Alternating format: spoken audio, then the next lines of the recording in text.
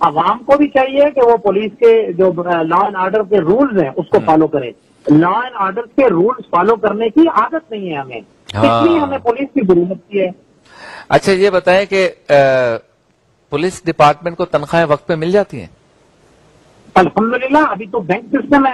پہلی تاریخ سے پہلے ہی یعنی 30 یا 29 کو بینک کے اندر نیشنل بینک میں اے ڈی سے ڈائریکٹ تنخواہیں جو ہے نا ڈراپ کر دیتا ہے تمام بینکوں میں. اچھا کیونکہ ہم سنتے رہتے ہیں کہ فلاں اداروں کے لوگوں کو دینے کے لیے تنخواہیں نہیں ہیں, شہری تنظیمیں ہیں, انتظامیہ ہے یا فلاں ہے, ایڈمنسٹریشن کے کچھ اور ادارے ہیں جن کو دینے کے لیے تنخواہ نہیں. تو پولیس میں مطلب ایسا سسٹم نہیں ہے, پولیس اہلکاروں کو تنخواہیں ٹائم پہ مل جاتی ہیں؟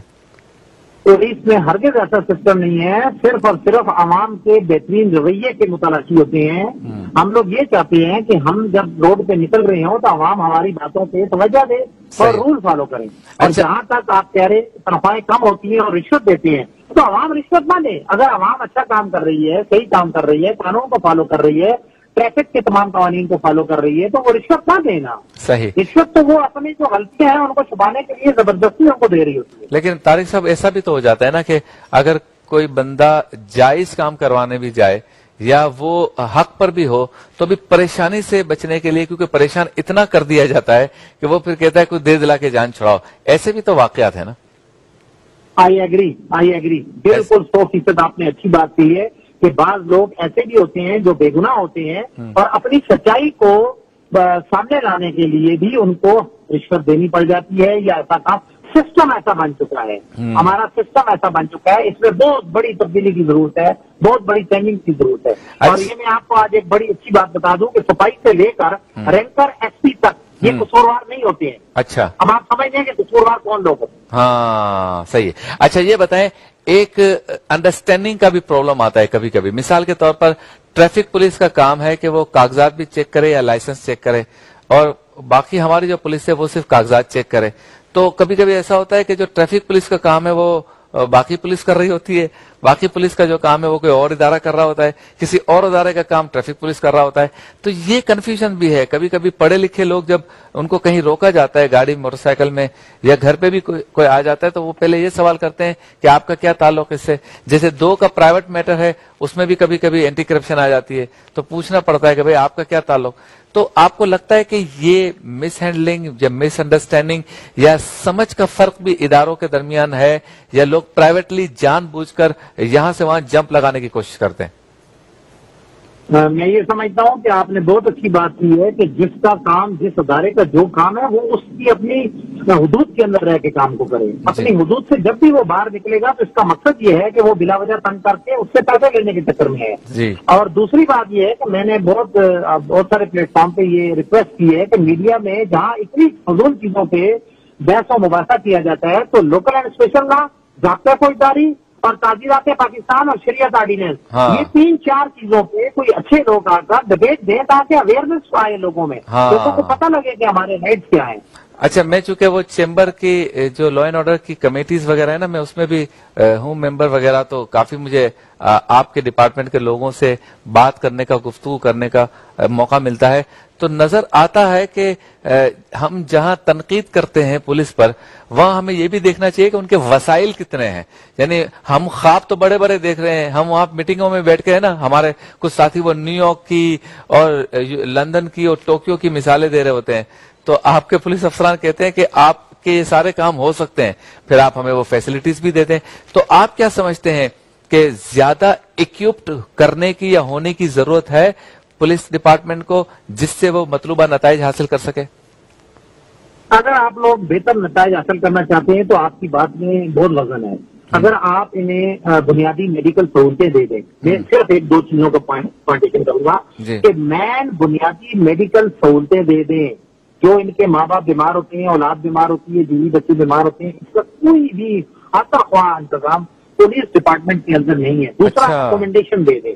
اتنی زمین ہے کراچی کے اندر, لینڈ مافیا قبضے کر کے بیچ رہی ہے, وہاں پہ ہماری پولیس کی سوسائٹیاں, پولیس کی جو ہے نا انہیں پلاٹ الاٹ کر دیے جائیں, وہ اپنی مدد آپ بنا سکتے ہیں, مگر اس طرف توجہ دی نہیں جا رہی. 1 سن 1970 کے اندر پولیس سوسائٹی بنی ہے, سادی ٹاؤن میں. اس کے بعد کوئی پولیس کی سوسائٹی نہیں بنی گئی, نہ ہی کوئی اس کے اوپر کام کیا گیا. مطلب آج کی میری آپ کی اس گفتگو سے یہ بڑی حیرت ہوئی مجھے کہ پولیس میں کوئی ایسا نظام نہیں ہے کہ ان کو میڈیکل کی اور رہنے کی سہولت ہو, یہ اس مشکل میں پھنسے رہتے ہیں.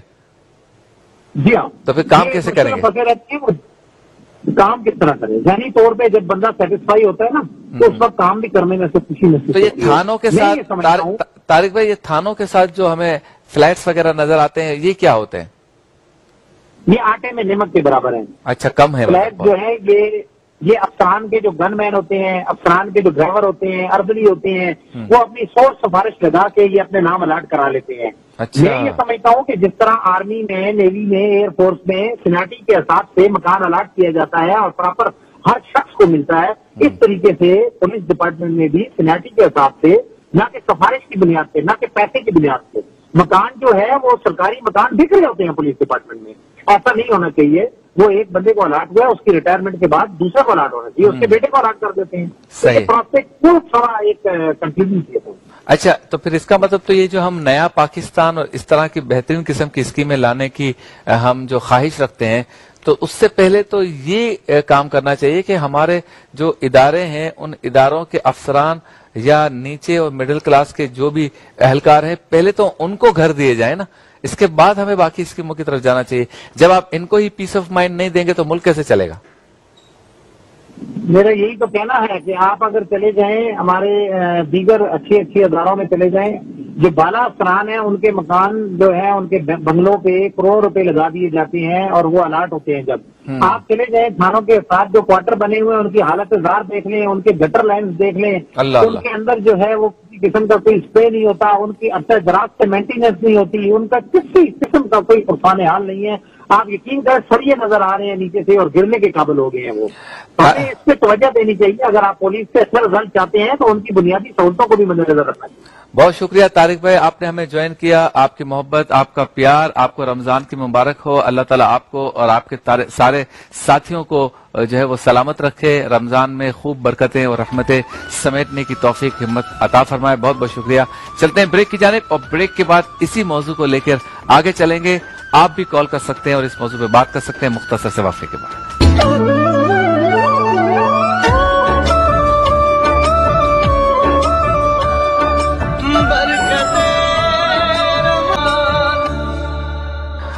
خوش آمدید, ایک بار پھر آپ کی خدمت میں حاضر ہیں برکت رمضان نشریات کے ساتھ, جو آپ دیکھ رہے ہیں ہمارے ساتھ کراچی اسٹوڈیو سے نیوز ون کے. اور چلتے ہیں اسی موضوع پر جس پر ہم نے اختتام کیا تھا وقفے سے پہلے, یعنی آؤ بات کریں. ہمارا سیگمنٹ ہے پولیس سے ہمارا رویہ. پولیس سے ہمارا رویہ بہت اہم ہے.